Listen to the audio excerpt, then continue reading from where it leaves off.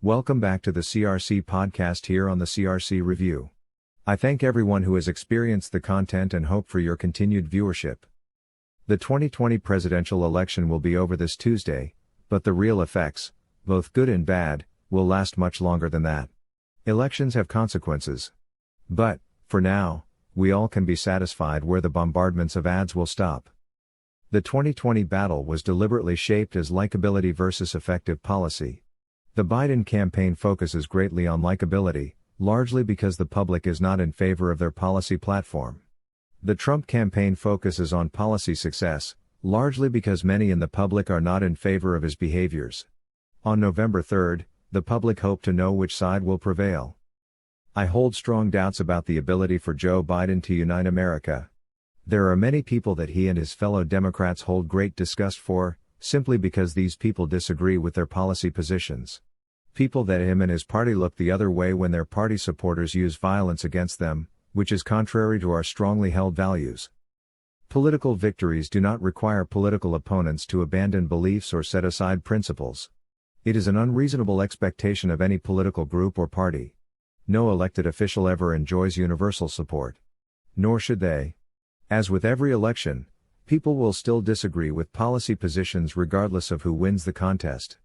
People should not resort to violence or harm opponents simply because of differing views. Political quips are not adequate substitutes for policy. Since becoming the nominee, Biden became an amalgamation of various Democratic politicians.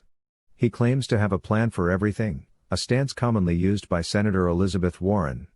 Unfortunately, many of his plans are neither authentic nor projected to be effective. His ideas to battle COVID-19 are not much different than what is already in place, besides reinstalling a failed healthcare reform law. He hopes to place himself in position to take credit for an effort that began well before him with little to no change in approach. His economic plans will stagnate growth, where government will pull a great level of capital out of the market and available capital will start moving towards low-cost environments again. While Biden wants to adapt the tough talk on China, if he wins, one can predict he will cede ground gained. The argument President Donald Trump is making to continue for another term is based on the strength of American economy, pre-COVID-19, and the rebound that appears to be reoccurring. Unfortunately, Trump's combative approach to politics does little to help the average American voter to understand that his policy approach is helping more Americans than his recent predecessors ever did. More Americans benefited under Trump economically than under previous administrations when you consider job growth, wage growth, and financial capital access, which returned to American markets following 8 years of leaving our shores. Society will move forward regardless of who prevails on Tuesday, Wednesday, or Thursday night. The press will pat itself on the back as social warriors, but society must understand the political bias of the press and can no longer trust the content on face value. While some argue the press has a history of political bias since our founding, but the modern state of the press calls for objectivity in coverage and comprehensive journalism, which is no longer a staple of the press. Again, those in our society working to protect our constitutional freedoms and rights. Those working to protect a free market economy. Those working for a more equal society. All should continue their efforts regardless of the outcome. No matter what the media says, access all the great content available with the CRC Review, including the CRC Review, the CRC Podcast, and so much more. Please visit www.crcreview.com. As I mentioned earlier, the national news media lost a great deal of credibility with the American public. Not a recent phenomenon, but the public is more aware of blatant political bias in coverage and reporting. Actions that previously went unseen as highly common knowledge now. Many in the media feel more emboldened now to serve as activist rather than journalist. Many of us remember our parents or grandparents watching their preferred nightly news broadcasts. Reading the preferred daily newspaper. How many people read a wide spectrum of newspapers or experienced a variety of news broadcasts in the past? Probably not many. There is an importance to expose yourself to more than one news sources. More than just your preferred news site, news channel, or news feed. The only way to get a complete overview of facts, perspectives, and ideas on important topics.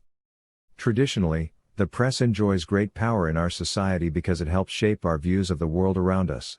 What people think of other societies, other communities, people with differing viewpoints, or important decisions can be impacted based on the quality and quantity of news sources one experiences. Important to broaden information sources because news outlets no longer provide the same quality of coverage as in the past. If they ever did, the news media is an industry. One that is changing based on shifting consumer preference and behaviors, technological advances, and more. Also consider the level of competition in the news space. There are more competition providing 24/7 news coverage and journalistic reporting than in the past. Furthermore, news outlets must compete with indirect competition like entertainment sources acting as news, websites blurring the lines between reporting and opinion, and social media channels. Social media being the most powerful competitor as many influencers no longer wish to be filtered by media and prefer to speak directly to the public via social media outlets. All this diverts resources and viewership away from news. To compete, some lowered journalistic standards, competing for attention and clicks. Given all the changes and competition, one should not be surprised that there are fake news and misinformation. An important way to filter out fake news and misinformation is to experience a broad range of credible news sources and corroborate the facts by comparing common lines of information along personally researched details where gaps are identified. The more credible sources with articles from quality journalists will enable one to determine what is trustworthy. Always look for consistent objective statistics and credible sources without an agenda. Always determine whether the source is either presenting facts or shaping your view. If there is a hint of a political bias or agenda, there might be facts purposefully left out. Leaders of media companies will need to determine how to proceed in the face of a changing industry, whether to continue seeking market segmentation by playing to certain ideological groups or move back to actual journalistic content. Many people find it beneficial to cater to ideological groups because loyal followings are good for their careers.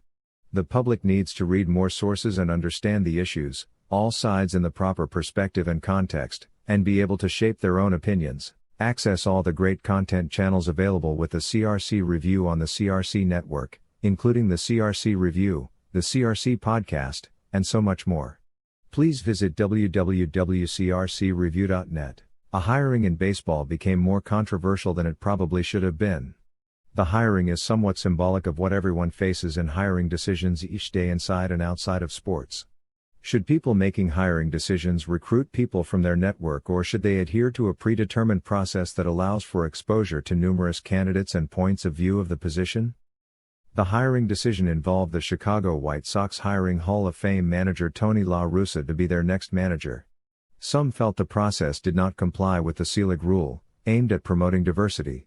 Others, especially at ESPN, worried that his traditionalist views might not fit in a game, despite many players and fans holding similar views.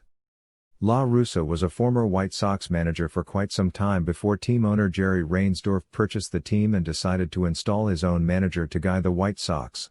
A decision he reportedly regretted and made up for it all these years later. Maybe Reinsdorf should have done what many teams do and interview candidates that will never receive any real consideration just for compliance purposes, or created drama to make it seem like a more drawn-out process. There is no question that La Russa has the resume for the job.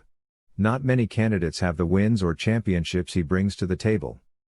The goal of implementing recruiting rules is to increase exposure to candidates beyond one's network, which will help with diversity, protect against nepotism, and allow an organization to know it truly is hiring the best candidate on the market. Everyday decision makers hire candidates from within their network because of familiarity with their skill sets or background. Some organizations feel this is the safe way to hire.